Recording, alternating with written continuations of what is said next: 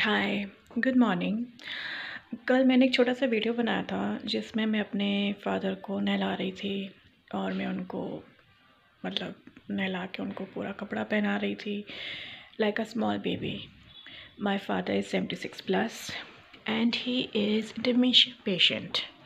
मैं बहुत दिनों से इस टॉपिक पे बात करना चाह रही थी। बेसिकली बहुत लोगों को पता है डिमेंशिया क्या होता है और बहुत लोगों को नहीं पता डिमेंशिया क्या होता है। तो जिन लोगों को पता है डिमेंशिया क्या होता है, वेरी एंड वेरी गुड, बहुत अच्छी बात है, आप लोगों को पता है डिमेंशिया क्या होता है। और जिन लोगों को नहीं पता डिमेंशिया क्या होता है, जैसे मेरे बहुत सारे फ्रेंड्स को नहीं भी पता है कि डिमेंशिया क्या होता है। सो बेसिकली डिमेंशिया एक बीमारी है, इट्स अ मेंटल इशू जिसमें लोगों को भूलने की बीमारी होती है, वो मैनिपुलेट भी करते हैं, वो स्प्लिट पर्सनालिटीज़ भी प्ले करते हैं, वो बहुत चालाक भी होते हैं, उनको मैनिपुलेट करना आता है, उनको झूठ बोलना आता है और उनको दूसरे लोग अच्छे नहीं लगते, चिड़चिड़पन रहता है। They feel hatred towards others, they feel jealous towards others and they don't think, वो दूसरों को समझते ही नहीं अपने सामने। And I guess dementia patients are also serial killers. जो इतने सारे सीरियल किलर्स होते हैं जो मर्डर्स करते हैं, तो मैं उनको डिमेंशिया में भी काउंट करूँगी क्योंकि वो नॉर्मल नहीं होते हैं। Now my father is not like this. My father is basically into few categories of dementia. अब मैं डिमेंशिया के बारे में बात करना चाहती हूँ क्योंकि मैं बहुत टाइम से बात करना चाहती थी, मगर आज जब मेरा थोड़ा सा मूड बना है बात करने का, तो आज मैं बात कर रही हूँ। सो बेसिकली डिमेंशिया एक ब्रेन का इशू है जो कि एज फैक्टर नहीं है। आई am telling you again, dementia is not an age factor. ज़रूरी नहीं है डिमेंशिया बुढ़ापे में ही होगा, डिमेंशिया किसी भी एज में हो सकता है। जब आप बहुत छोटे हैं, 10-12 साल के, 11-12 साल के, 20 साल के, 30 साल के, 40 साल के, 50 साल के, 60, 70, 80 एंड सो ऑन। सो अगर आप गूगल भी करेंगे, dementia is not an age factor बीमारी, ये एज फैक्टर डिजीज़ नहीं है। फिर डिमेंशिया में आपको ब्रेन क्लॉटिंग होती है। मेरे फादर को ब्रेन क्लॉटिंग 2020 में डिटेक्ट हुई थी जब मैं उनको इबास में लेके गई थी, शाहदरा में 25 को लेके गई थी। He was reacting very weird.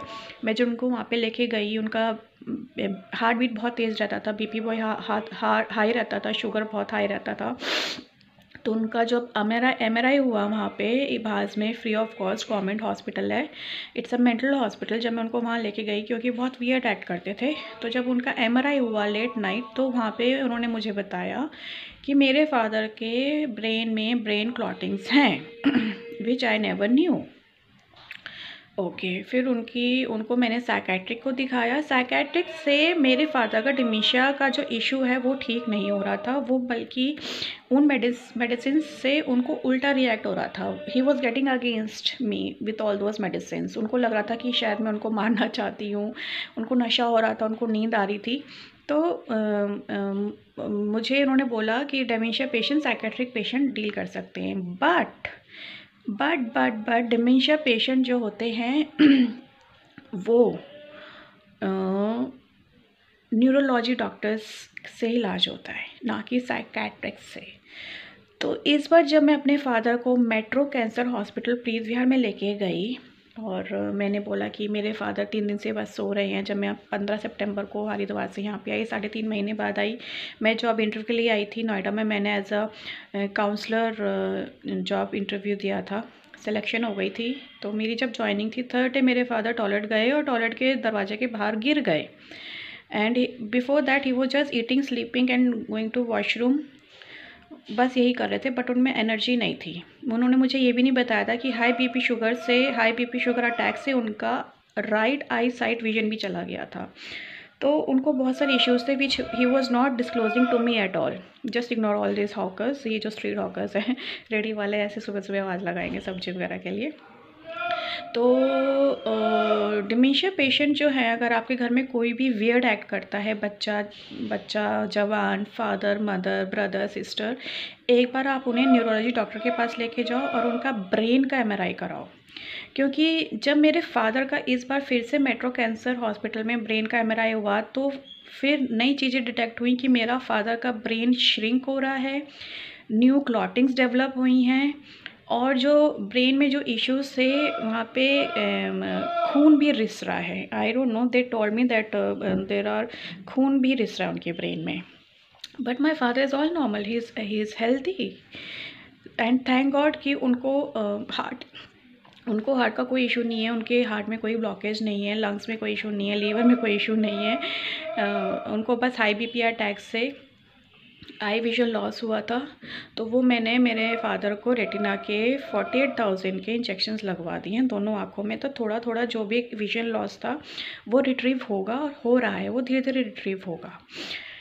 अब मैं ये बोल रही हूँ डिमेंशिया के बारे में कि डिमेंशिया आप कैसे डिटेक्ट करेंगे किसी को डिमेंशिया है या वो डिमेंशिया पेशेंट है। So you have to monitor that person. वो आपसे नफ़रत वाली बातें करेगा, वियर्ड एक्ट करेगा, he will not understand normal things and he will go against your normal decisions also and he will forget, वो पर्सन भूल जाएगा कोई काम करके। जैसे मेरे फादर खाना खा के भूल जाते हैं, मेरे फादर को मैं दवाई देती हूँ तो वो दवाई खा के भूल जाते हैं, इंस्टेंटली भूल जाते हैं। जैसे मैं उनको अगर उनकी मेडिसिन भी देती हूँ बीपी शुगर की और गैस्ट्रिक की पेंटोसिड वगैरह देती हूँ, तो जो भी उनको मैं मेडिसिन देती हूँ वो फिर से मुझसे दवाई मांगने आ जाते हैं कि बेटा कोई दवाई खाने को दे दे, बेटा कोई दवाई खाने को दे दे। So these are the symptoms of dementia patient. How to deal with them? This is a very challenging thing. You have to deal with them with full of patience. बहुत patience की ज़रूरत है, जो मैंने अपने अंदर रखी है। You cannot overreact on them. You cannot put your things forcefully on them. Be very soft and humble with them. बहुत soft और humble होना है आपको उनके साथ, और उनको आपको ना आपने उनको एक बच्चे की तरह ट्रीट करना है। मैं अपने फादर को बिल्कुल एक छोटे बच्चे की तरह ट्रीट करती हूँ। And I tell you one thing, मेरे फादर मुझे मेरे नाम से नहीं बुलाते हैं। मेरे father, I am his youngest daughter, हम 3 बच्चे अपने पापा के, मेरी बड़ी बहन है, मेरा बड़ा भाई है और मैं सबसे छोटी हूँ। और मैं अपने फादर का 2017 से ध्यान रख रही हूँ। This is the third time I got him admitted in hospital all bye my self alone. 2020 में उनको सीजर्स अटैक आए थे मेरे सामने। वो सीजर्स अटैक्स में मिर्गी के 3rd अटैक में डिसीज्ड हो गए थे, मर गए थे। And I gave him heart pumping for 20-30 minutes, जब तक मेरे को पसीना नहीं आ गया या मैं थक नहीं गई। मैंने उनको हार्ट में फ्रंट में पंप किया, बैक में पंप किया, फिर फ्रंट में पंप किया, खूब पंप किया, खूब दबा दबा के ठोका मैंने, जैसे ठोकते ना, पूरी जान से मैंने ठोका। और मेरे सामने ही वो ख़त्म हो गए थे। जीभ बाहर आ गई थी, आँख बाहर आ गई थी, हाथ पैर टेढ़े हो गए थे, बॉडी अकड़ गई थी। And I knew that he has left me, but I said no, not like this. ऐसे नहीं। मैंने उनको, I don't know, something help me, my God help me, my soul help me, my good angels help me, my guarding angels help me. मैंने उनको heart pumping दी, उनको retrieve किया back, वापस आए। रात को 2 बजे मैं उनको हॉस्पिटल लेके भाग रही थी। 2-3 हॉस्पिटल्स ने मना कर दिया, फिर एक ने बोला पड़पड़गंज मैक्स लेके जाओ। पड़पड़गंज मैक्स में जैसे लेके गई, गार्ड ने मेरे फादर को इंस्टेंटली व्हील चेयर में बिठाया और दो डॉक्टर्स आए। दे स्टार्टेड आस्किंग मी क्या हुआ। सो इन द मीन वाइल मैं कैब वाले को पैसे दे रही थी। मेरे फादर को 4th अटैक व्हील चेयर पे आ गया and he started shivering again और बॉडी अकड़ गई। तो मैं उनको बता ही रही थी कि इनको शायद मिर्गी का दौरा आ रहा है एंड इनके मुँह से झाग भी आई है। 3rd अटैक में मेरे फादर के मुँह से झाग आ गई थी 2020 में। तो मुझे जब फर्स्ट अटैक आया था मैं समझ गई थी मिर्गी का दौरा है, बट मेरे सामने फर्स्ट टाइम मेरे फादर को मिर्गी का अटैक आया था तो मैं थोड़ा सा कंफ्यूज हो गई थी। सेकंड टाइम जब फिर से आया तो वो बैठे बैठे अकड़ गए, तो वो ना तो लेट पा रहे थे ना वो बैठ पा रहे थे। तो उसमें मैंने मैक्स इंद्रापुरम में कॉल कर दिया था। तो इंद्रापुरम वालों ने मुझे बोला कि यहाँ बेड नहीं है, आप उन्हें ये कहीं भी हॉस्पिटल में के जाके उनको ये इंजेक्शन लगवा दो। उसने कुछ मुझे इंजेक्शन का नाम बताया था। थर्ड अटैक में जब मेरे फादर को मैंने रिट्रीव किया, मैंने अपने फादर को उठाया, मेरे फादर हॉस्पिटल जाने को रेडी नहीं थे क्योंकि 10 दिन बाद दिवाली थी। वो बोलते मेरी दिवाली ख़राब हो जाएगी, मुझे दिवाली करनी है, वो लोग मुझे एडमिट कर लेंगे। तो बहुत ही मैंने उनको कन्विंस करके बोला कि नहीं एडमिट करेंगे, आप चलो, उनको वो आपको दवाई दे के भेज देंगे। बट हुआ क्या, जब मैं पापा को कैब में हॉस्पिटल टू हॉस्पिटल लेके जा रही थी, ऑन द रोड उन्होंने वॉमिट कर दी फिर से, जो कि उनको बिल्कुल भी याद नहीं है। और जब मैक्स में वो व्हीलचेयर पे बैठे, फिर से उन्हें फोर्थ अटैक आया, और जब मैं उन्हें स्ट्रेचर पे लेके गया, उन्होंने फिर से वॉमिट कर दी। तो उनका जो वॉमिट था सारा उनके फेस पे आके गिरा।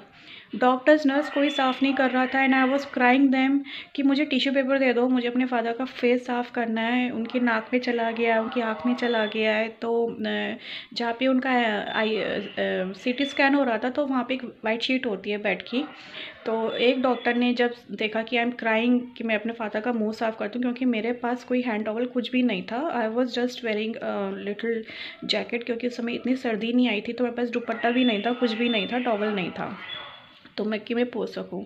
वहाँ पे कहीं मुझे टॉयलेट भी नहीं दिख रहा था कि जहाँ से मैं टिश्यू पेपर रोल लेके आ जाऊँ। तो उन्होंने मुझे वाइट शीट रोल फाड़ के दिया, उससे मैंने अपने फादर का मुंह वगैरह सब साफ़ करा। हॉस्पिटल वाले बहुत ही केयरलेस होते हैं यार। So you have to take care of your patient by yourself, and you have to be very strict with the people. And Max hospital is very very bad. मतलब मैंने पापा को 2 बार मैक्स में डाला, they could not treat my father well. उन्होंने मेरे father को साइकेट्रिक डॉक्टर रेफ़र कर दिया इंस्टेड ऑफ न्यूरोलॉजी। न्यूरोलॉजी का डॉक्टर भी ऐसा था कि मेरे फादर को इतनी हैवी डोजेस देता था कि वो नशे में रहते थे और वो बहुत अजीब से रिएक्ट करते थे। इस बार जब मेरे फादर को ये अटैक आया, तो पहले तो उन्होंने उनको सिंपल रूम में रखा, जर्नल रूम में रखा जहाँ पे वो बहुत वियर्ड एक्ट करते थे। तो एक दिन मेरे सामने साइकेट्रिक डॉक्टर आई और मुझसे पूछ रही थी कि क्या हुआ क्या हुआ। तो मैंने कहा मैम, ये डिमेंशिया पेशेंट है, इनको डिमेंशिया इशू है, इनको साइकेट्रिक की दवाई बिल्कुल मत देना, क्योंकि इनको साइकेट्रिक की दवाई से रिवर्स रिएक्शंस होते हैं, ये सबके अगेंस्ट हो जाएंगे। तो इन्हें बिल्कुल भी साइकेट्रिक की दवाई मत देना, इन्हें न्यूरोलॉजी डॉक्टर की दवाई देना, इनके ब्रेन में क्लॉटिंग है, and he is a dementia patient, he is a high sugar patient, and he is a high BP patient. तो जब मेरे फादर बहुत वियर्ड रिएक्ट कर रहे थे, उन्होंने तो अपनी यूरिन की ट्यूब भी निकाल दी थी, एंड वो रनिंग हेयर एंड देयर। वो ईजीली बेड पे बैठते भी नहीं थे। एकदम से वो साइकेट्रिक डॉक्टर ने बोला इनको ICU में एडमिट करो। That was the first time my father was admitted in ICU।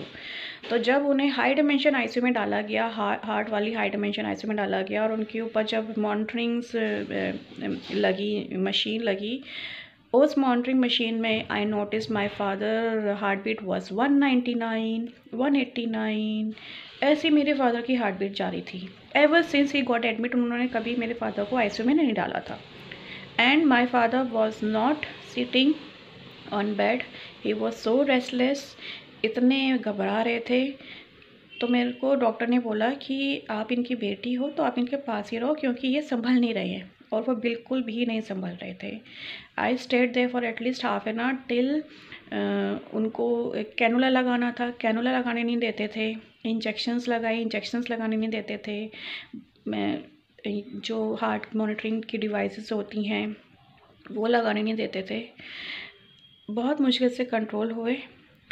Finally when he got settled with his heart beat and everything, उनको उनका हार्ट बीट सेटल डाउन करा, नॉर्मल करा, with all injections and everything. I saw कितने injections चलते थे मेरे father के।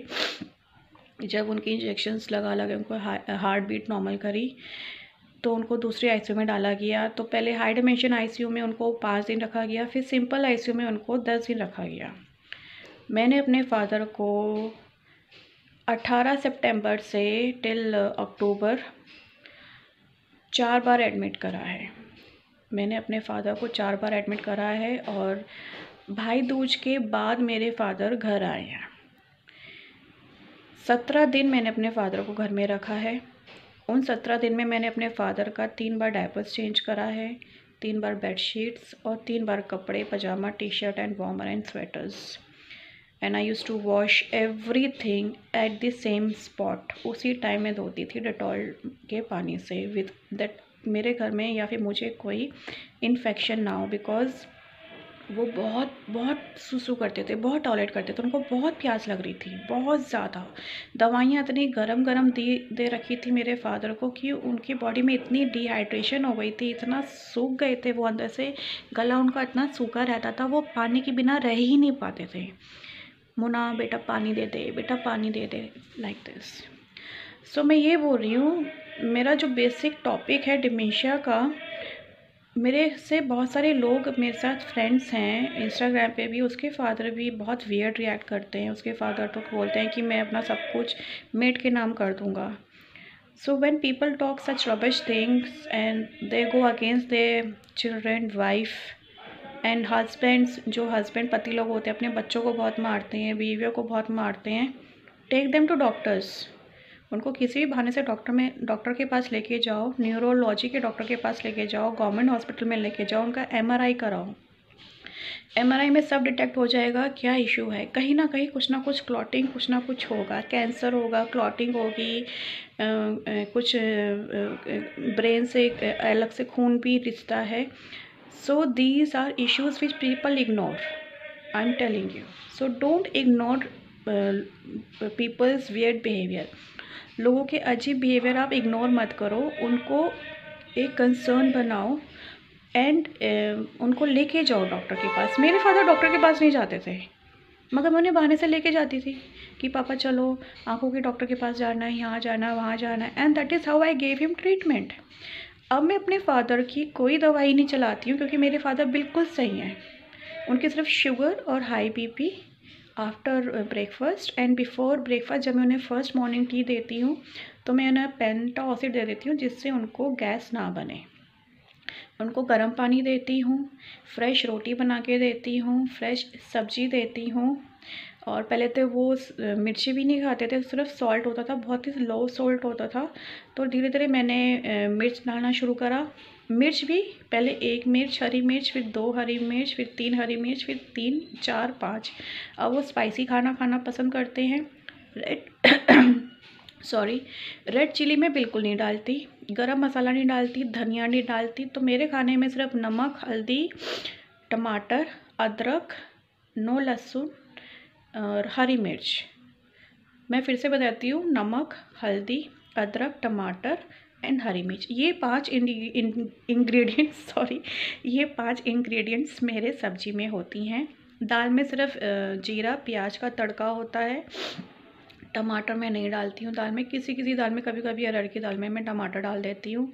मैं आमचूर यूज़ नहीं करती हूँ क्योंकि आमचूर मेरे लिए बेनिफिट नहीं है। मैं एक माइग्रेन पेशेंट हूँ, तो मैं माइग्रेन पेशेंट्स को खट्टा नहीं खाना होता। अब मेरी भी साथ में इशू आ जाती है, हेल्थ इश्यूज़ आ जाती हैं।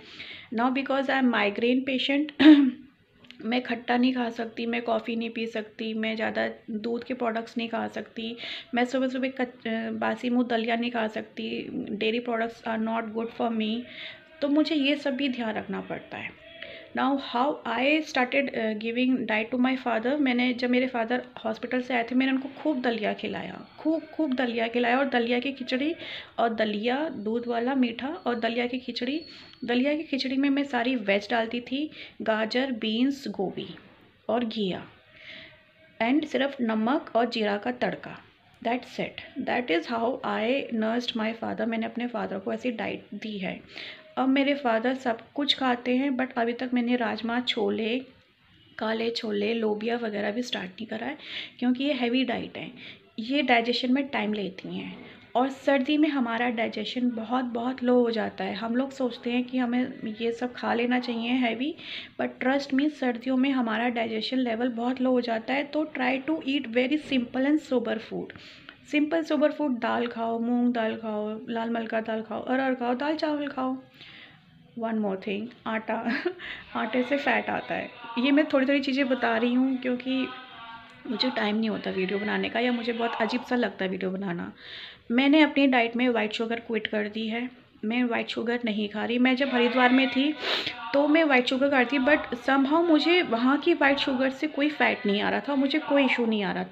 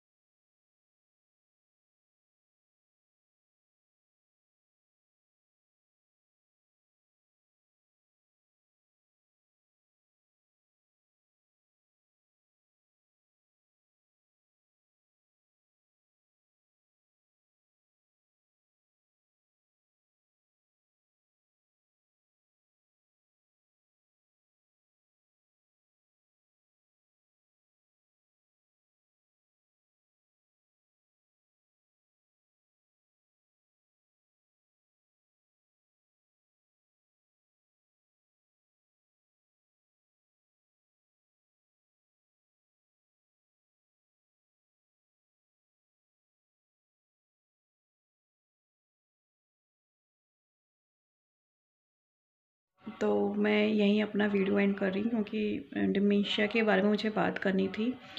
मैं और भी आगे वीडियो बनाऊँगी कि मैं पिछले साल से क्या कर रही हूँ। मैंने एक योगा स्कूल ज्वाइन किया था TTC ऋषिकेश में, वहाँ पे क्या हुआ मेरे साथ मैं वो भी बताना चाहती हूँ।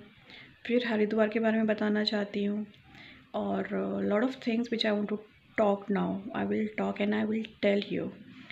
तो इस वीडियो को मैं यहीं एंड कर रही हूँ।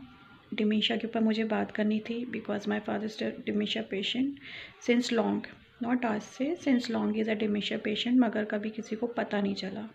But we were monitoring his weird actions a lot and I am not ashamed of telling about my father because लोगों को लगता है यार हम पेरेंट्स के बारे में बात करते हैं तो पेरेंट्स सब अच्छे होते हैं, बच्चे ही बुरे होते हैं। ऐसा कुछ नहीं है, ऐसा कुछ नहीं है। 5 उंगलियां बराबर नहीं होती हैं।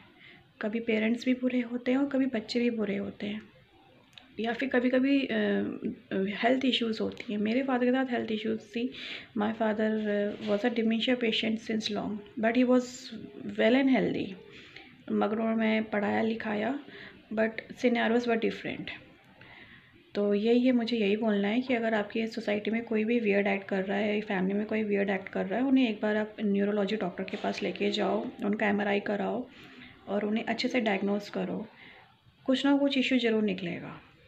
And eat healthy, avoid spice, avoid oil, avoid mutton chicken masala, red chilli, garam masala, धनिया पाउडर। जितना माइल्ड खाना खाओगे उतनी अच्छा रहेगा। मेरी स्किन इतनी अच्छी है बिकॉज मैं किसी को अपने फेस में हाथ लगाने नहीं देती हूँ। मैं सब कुछ DIY करती हूँ।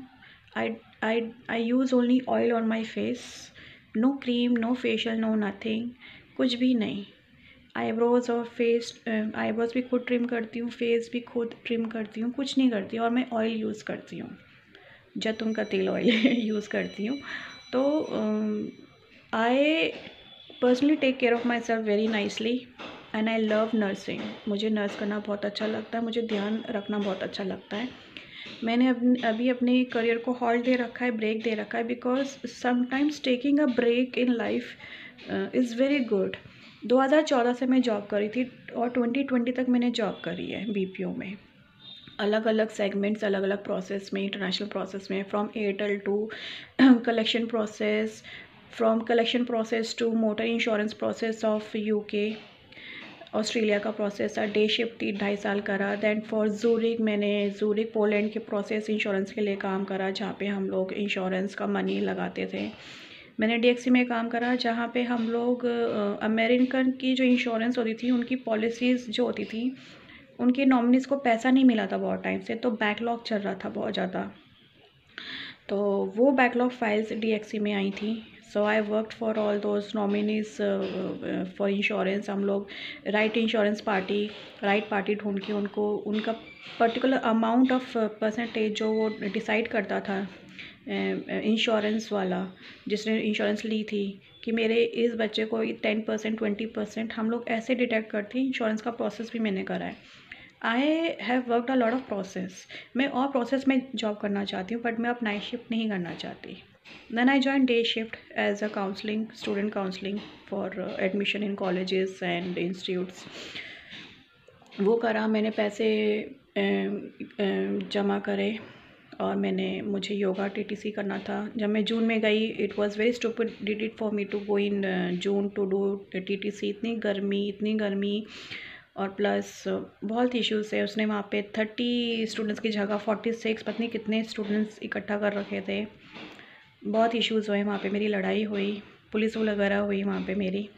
I couldn't complete my TTC also. फिर मैंने ऑनलाइन क्लासेस ज्वाइन करी फ्रॉम जीवन योगा। बहुत अच्छा बंदा है वो, यूट्यूब में भी है और इंस्टाग्राम पे भी है। उससे मैंने बहुत कुछ सीखा।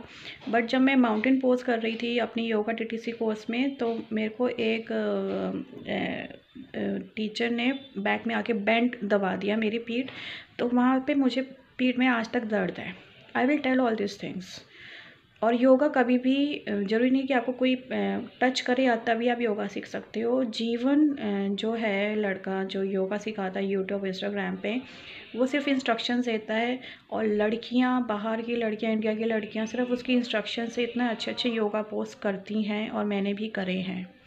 I have lost weight within 1 day also, 2 days also, and 3 days also. I have noticed how when we do yoga हमारी कैलोरीज कैसे बर्न होती हैं, और फेस पे, बॉडी पे कितनी जल्दी इंस्टेंटली नज़र आता है। योगा से जितनी जल्दी वेट लूज़ होता है ना, उतना किसी से वेट लूज़ नहीं होता है। आप जिम कर लो, कुछ भी कर लो, या तब योगा करो या तब रनिंग करो। Gym is just to tighten your muscles या फिर बाइसेप्स बनाने के लिए।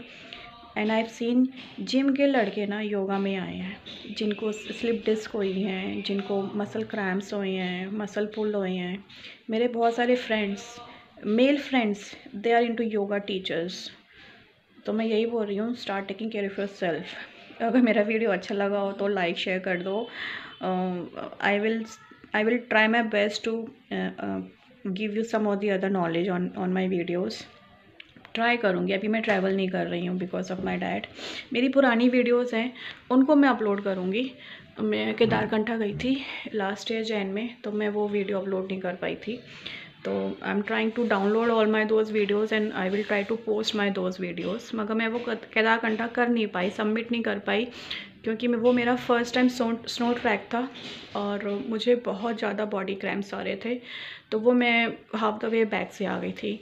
बट मेरे बहुत सारे फ्रेंड्स लोगों ने कर लिया था, और जब मैं बताती भी हूँ कि मैं केदारकंठा गई थी, तो लोग बताते हैं यार वहाँ पे तो बहुत स्नो थी। एंड येस, केदारकंठा में बहुत स्नोफॉल होती है, 6-6 फीट तक स्नोफॉल होती है मार्च में। तो अगर किसी को स्नो ट्रैक करना है, सबमिट करना है, केदारकंठा करना बहुत अच्छा ट्रैक है। एंड किसी को करना है तो contact me, I will give that person's contact number to you, Govind, तो वो करवा देगा। Take care, bye bye.